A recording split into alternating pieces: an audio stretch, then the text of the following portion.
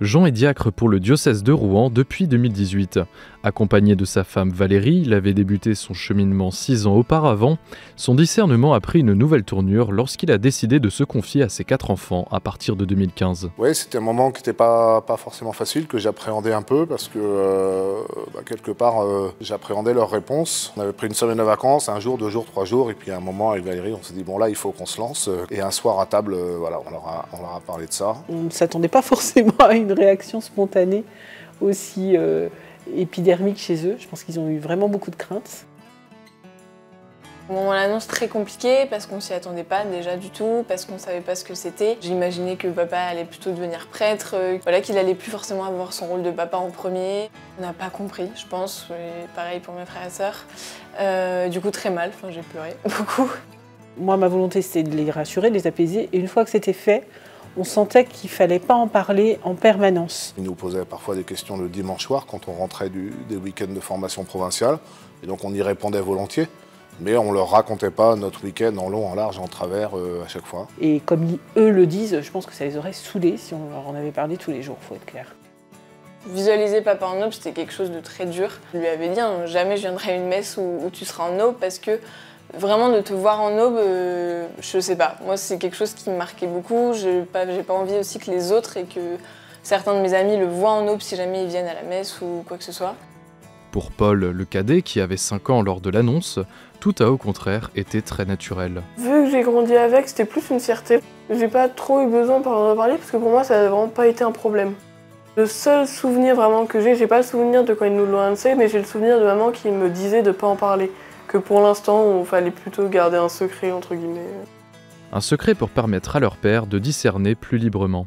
J'avais l'âge où le regard des autres c'est compliqué, donc entre guillemets ça m'arrangeait qu'on n'ait pas en parlé.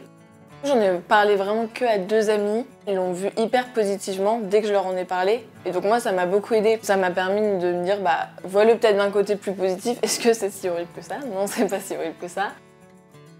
J'ai ressenti en fait la nécessité quelque part de leur montrer que, peut-être de leur faire un peu la démonstration que leur papa n'allait pas changer, que leur papa restait leur papa. Moi j'avais à cœur qu'ils gardent leur liberté. Il a fallu respecter effectivement les réponses diverses de nos enfants. On avait 3 qui étaient en âge de donner une réponse, mais sur nos 3 enfants, on en a 2 qui ont fait une lettre voilà, à l'évêque. Et on a une de nos enfants qui n'a pas souhaité s'opposer, mais qui n'a pas souhaité faire de lettre. Finalement, elle ne savait pas trop à quoi elle s'engageait, donc elle ne voulait pas signer un oui sans savoir ce que ça allait donner. Quand un homme chemine nouvellement vers le diaconat, on lui demande de ne pas le dire autour de lui. Pendant tout un temps, assez long en fait, jusqu'au moment où il y a une reconnaissance de cette candidature, une reconnaissance assez officielle qui donne lieu à une célébration liturgique qui s'appelle l'admission.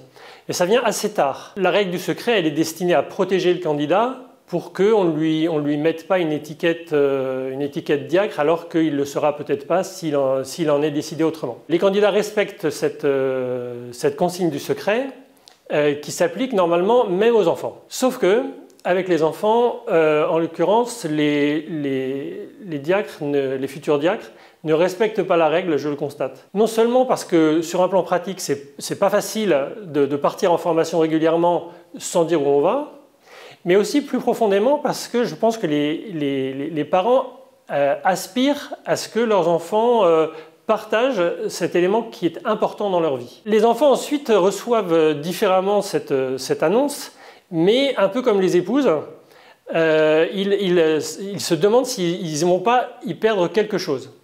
Et puis il y a quelque chose de plus spirituel qui se joue pour les enfants, c'est que tant qu'on parle de religion, d'église, de célébrants, ou même tant qu'on le vit, on reste un peu à distance. Mais si son père va devenir diacre, si son père va aller à l'autel, alors les enfants sont obligés de s'expliquer de manière plus intime avec ce que représente la religion pour eux, avec ce que représente la foi chrétienne pour eux. Quand on annonce qu'on va devenir diacre ou qu'on envisage de devenir diacre à ses enfants, il me semble qu'il faut de la délicatesse.